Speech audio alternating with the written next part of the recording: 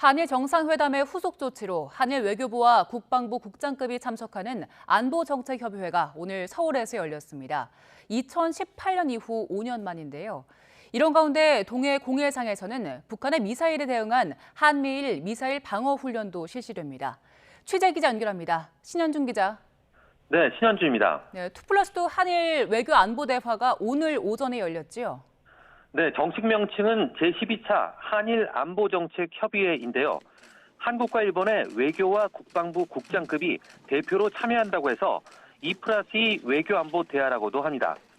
협의회는 이곳 서울 외교부청사에서 오전 10시에 시작해서 2시간 넘게 진행됐습니다.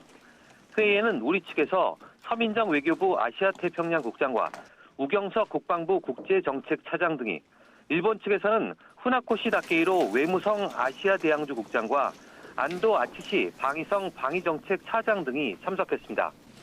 이번 협의회는 지난달 한일 정상회담에서 양국 간 다양한 협의체들을 조속히 복원하자는 정상 간 합의에 따라 5년 만에 재개됐습니다. 한일 안보정책협의회는 1997년 한일 외무장관회담 합의에 따라 이듬해 서울에서 제1차 회의가 열렸고, 이후 양국 관계 악화와 개선 등으로 중단과 재개를 반복하며 총 11차례 열렸습니다. 마지막 11차 회의는 2018년 3월 도쿄에서 진행되는데, 이후 강제징용 배상에 대한 대법원 확정 판결이 나오고 양국 관계가 경색되면서 열리지 못했습니다. 한일 두 나라는 이번 협의에서 동북아와 한반도 안보 환경, 국방 안보 정책 협력強화, 향후 추진 방향 등 상호 관심사에 대해서 의견을 나눈 것으로 보입니다. 특히 최근 북한의 핵 미사일 도발 위협 수위가 높아지는 상황에서 북한 정세와 동향을 공유하고 대응 방안도 협의한 것으로 전해졌습니다.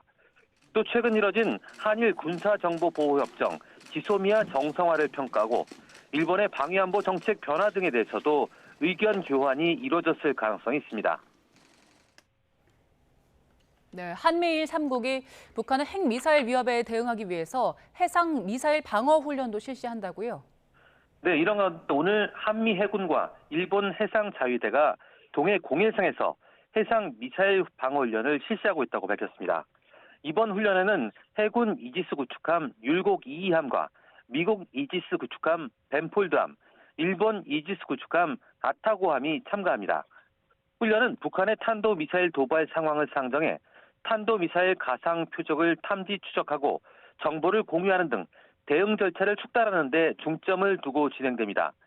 김기영 율곡 2 함장은 최근 연이은 북한의 탄도미사일 도발 등 고도화되는 북한의 핵미사일 위협에 대해 한미일 안보 협력을 강화하고 우리 해군의 탄도미사일 대응 능력과 태세를 확고히 할 수 있는 기회라고 말했습니다. 앞서 한미일 3국은 지난 2월 22일에도 동해 공해상에서 미사일 방어 훈련을 실시했습니다. 지금까지 외교부에서 YTN 신현주입니다.